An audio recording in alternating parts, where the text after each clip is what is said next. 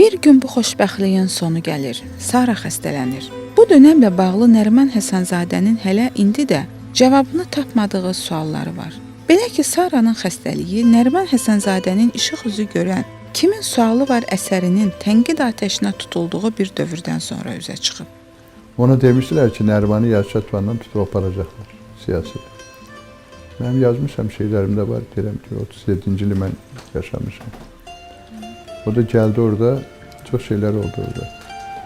Sara şunu itirdi, nalələr. Ondan sonra Sara stres keçirdi, ondan sonra xəstələndi Sara. Hər zaman qayğı, diqqət görən, evdən xəbəri olmayan Nəriman Həsənzadənin həyat tərzi dəyişir. Bakı, Moskva, xəstəxanalar və yaxınları ilə bölüşməyədiyi, ailə içində özünün, oğlunun və kürəkəninin bildiyi Saranın sağalmaz xəstəliyi.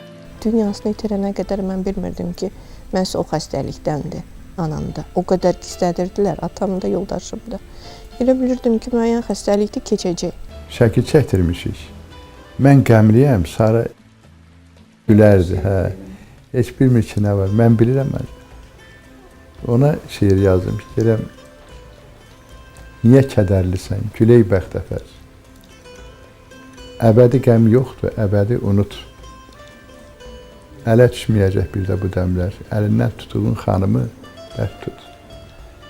Sənin taleyindir, əsl həyat. Sözsüz bir nəğmədir, bir hissiyat, bir tanrı kölgəsi, bir kainat. Bir toydur, bayramdır, təhvil canı ilə, bir qadın qəlbinin həyəcanı ilə. Sənin yastığına baş qoyub yatan, səni yatızdıran, səni oyadan, səni ər eləyən, ata eləyən, oğul qız böyüdü, uşaq bəliyən, odur, o xanımdır, o işıq onur. İndi köç kərvanı yol üstə durur. O sənin yanında səndən uzaqdır. Bu haqsız dünyada bu sevdə haqdır. Yanında çox otur, üzünə çox bax. Doyunca qulaq as, qonan uçacaq. Niyə fikirdirsən, güley bəxtəfər. Ələ düşməyəcək bir də bu dəmlər. Bu günləri mən bilmirəm şair necə yaşayıb, yuxu kimi, xəyal kimi. Bəzən dərd insanı axı reallıqdan ayırır. Hər günü, hər anı qənimət bilə-bilə Saralı günlərini uzatmaq istəyiblər. Sara ağlayırdı axşamlar. Mənə deyirdi, sən mənsiz necə yaşayacaqsın? Dedim, necə Sara? Sənə nə olur? Deyir, yox. Əgər qadın yoxdursa evdə, o ev yazxanadır. Nə olur olsun? Qadın səs-küydür, qadın həyatdır, qadın divarların işçisidir, evin işçisi, nə bilim, hər şey. Əməliyyatlar, ağır dava dərmanlar onu həyata yenidən qaytara bilmir. Son dəfə Bakıda xəstəxanada yatır. Məni evə aparın deyir. Nəriman Həsənzadə ömür yoluna birgə çıxdığı Sara ilə sonuncu dəfə Mərdəkandan evə bir dönür. Bu onların sonuncu yol yoldaşlığı olur.